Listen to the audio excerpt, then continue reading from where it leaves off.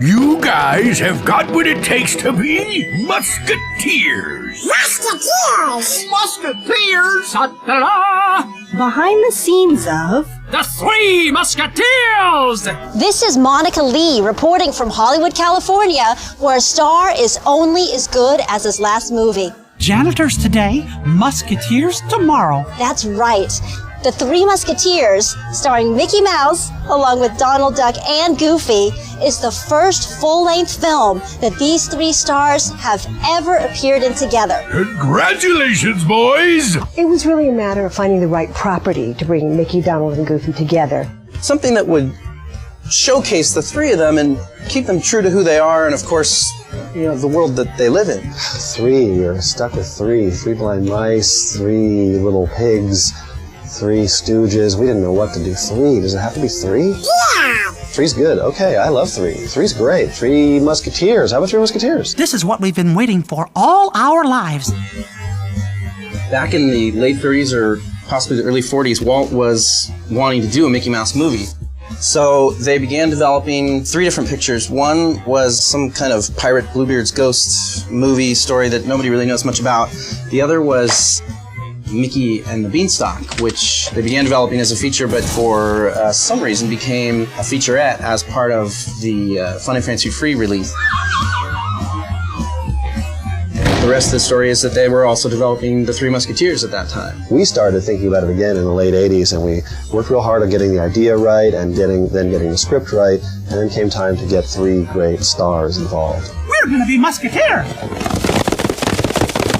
And then we see Mickey get thrown into the laundry room, and he goes sliding up against the wall, zip, and 1, 2, 3, they land on top of each other in a heap. Well, what's first and foremost in the mind of a story artist is to find what's funny, what's the entertainment value of the scene, what's going to make it fun to watch. I leave you for 5 minutes and I come back to a disaster. And Mickey chimes in, well, we were practicing our teamwork so we can be good Musketeers. Well, we were practicing our teamwork so we can be good Musketeers. Musketeers. Musketeers?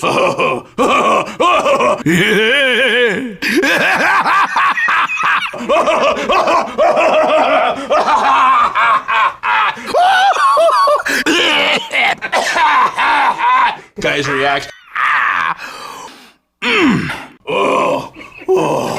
That's priceless. Of course, Goofy understood right away what we were going for from a story perspective. He is a classically trained Shakespearean actor. The Goof. Bingo! He really didn't get typecast until he came here to Disney. Well, I ain't no genius. We bought some swords for the guys, and we hired a great fight choreographer named Gregory Hoffman. And he came in and he worked with Mickey and Donald and Goofy. Let's get 'em!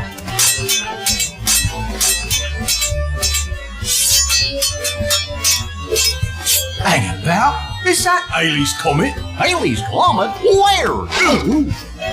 Mickey caught on real quick, and he's very athletic. Ho-ho! Uh-oh. Well, it's cool because Mickey does his own stunts. Goofy, it was a little trouble at first because because he's Goofy and, He kept getting distracted by any bright, shiny object. Who says so? With Donald, we had to be very careful because, you use sharp objects around Donald and he loses his temper.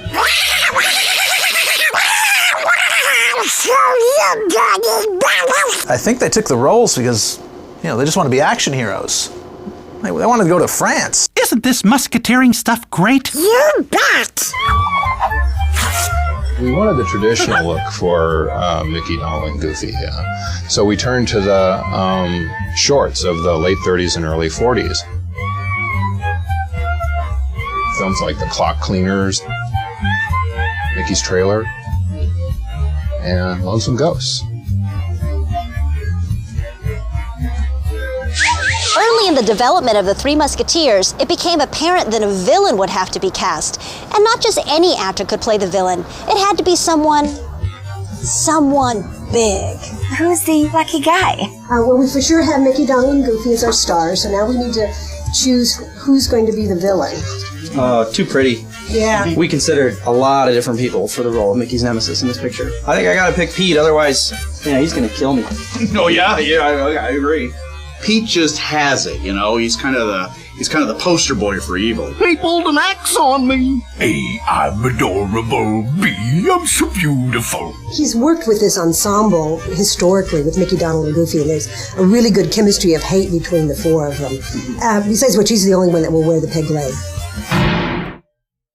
It's funny, off camera, Pete's not at all what he seems. He cooks. Oh, sure, uh-huh. And he likes to do makeovers for his friends. Yes, sir, yes, sir, yes, sirree. Now, there we were in 17th century France. We wanted to try to establish the period. And so musically, we felt, you know what, instead of going pop or rock and roll, why don't we go ahead and do pseudo-classical? So opera came up. That little ditty's starting to grow on me. Opera was probably a little too heavy and a little too demanding on the voice, so we went with operetta.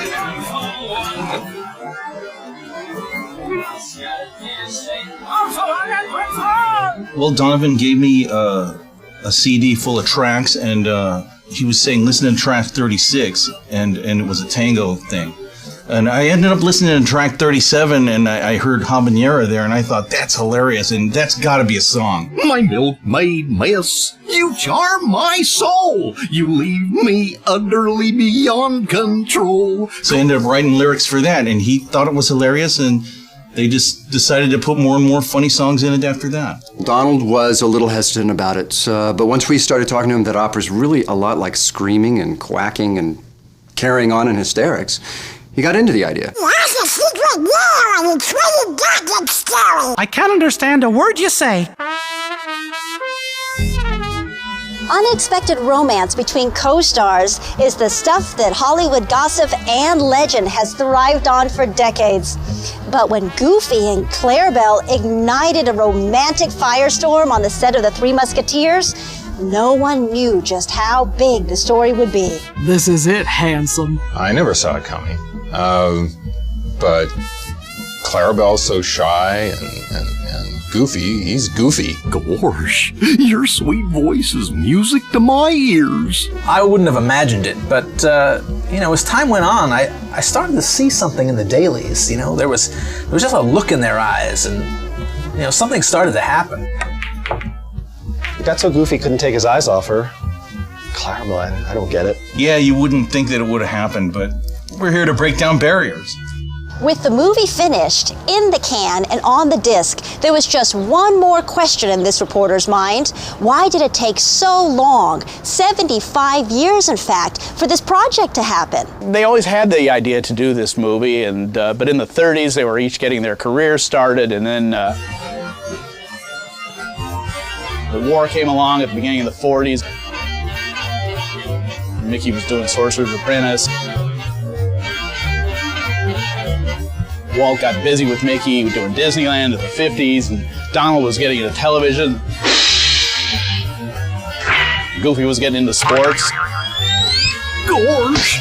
Finally, they felt the time was right to do The Three Musketeers. We wouldn't let you down, Mick. We're your friends. I really think they were looking for the right studio to work with. The right producer. The right art director. Editor. Seems like this is gonna take a while. Well, I think they were really waiting to find, the right director.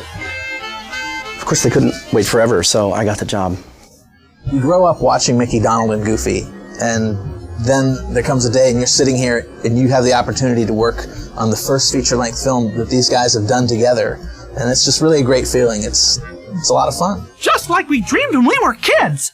The camaraderie on the picture was tremendous. It was like being on the 15 Musketeers. Like a well-oiled machine that's wound just a little too tight. It was important simply to give them the proper stage and the proper story. Taking them from the 30s and 40s and making them viable again, rejuvenating them for the 21st century. I knew we had what it takes. Yeah. From behind the scenes of The Three Musketeers, this is Monica Lee returning you now to your DVD. I hate happy endings.